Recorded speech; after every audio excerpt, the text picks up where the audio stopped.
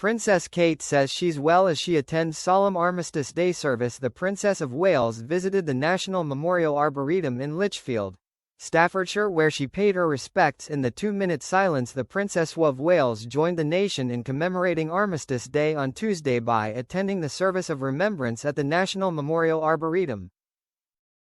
It was the first time Kate had been to the service at the memorial, which she hailed as a special and powerful place for personal reflection. For her visit just outside of Lichfield, Staffordshire, the princess dressed solemnly in a black coat and wore 2 poppies. As the clock struck 11 a.m., Kate joined attendees in observing the 2-minute silence. She also paid her respects by laying a wreath in remembrance of those who have made the ultimate sacrifice and those who have served in the armed forces. During the princess outing, she bumped into royal photographer Arthur Edwards, who has been photographing the royal family for decades.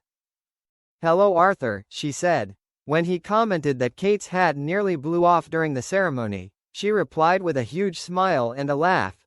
"I thought I was going to lose it one time." And when asked if she was keeping well, Kate, who has been in remission since January following last year's cancer diagnosis, said, "Yes, I am. Nice to see you. Hope you are keeping well." The princess' solo engagement was the final in a string of engagements marking the Remembrance Day period. Over the weekend, she attended the Festival of Remembrance at the Royal Albert Hall in London, accompanied by her son Prince George, 12, who was making his debut at the event. Prince William was noticeably absent, traveling back from Brazil, where he staged his Earthshot Prize Awards. On Sunday, Kate was once again in the public eye as she joined the royal family at the traditional Remembrance Sunday service at the Cenotaph War Memorial in central London.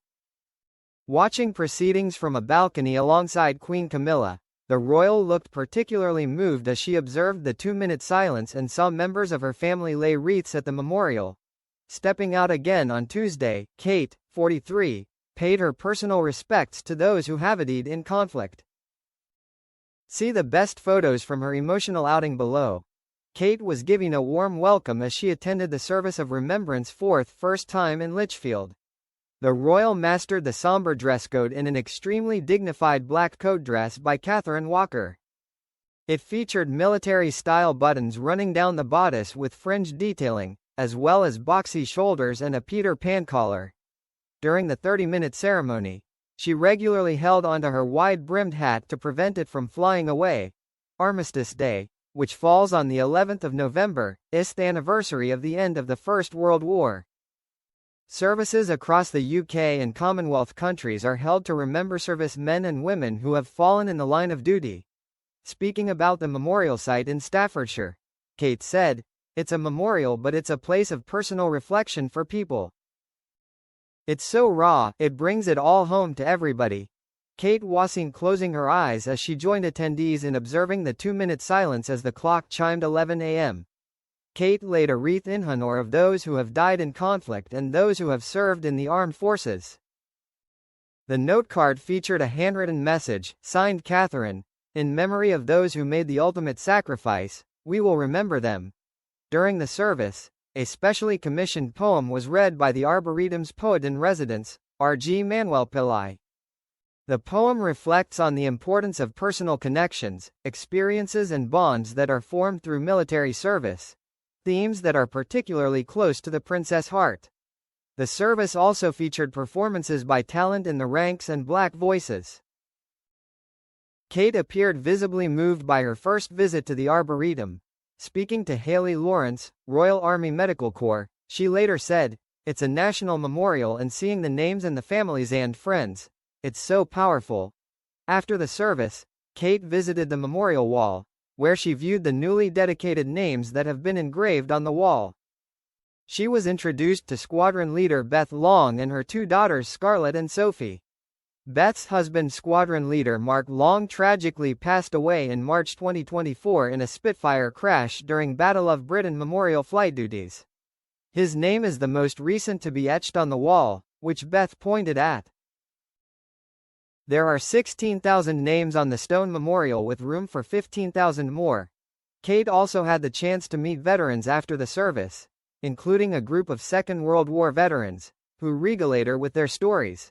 Speaking to 101-year-old D-Day veteran Alan Kennett, Kate said of her eldest son, "George will be very jealous."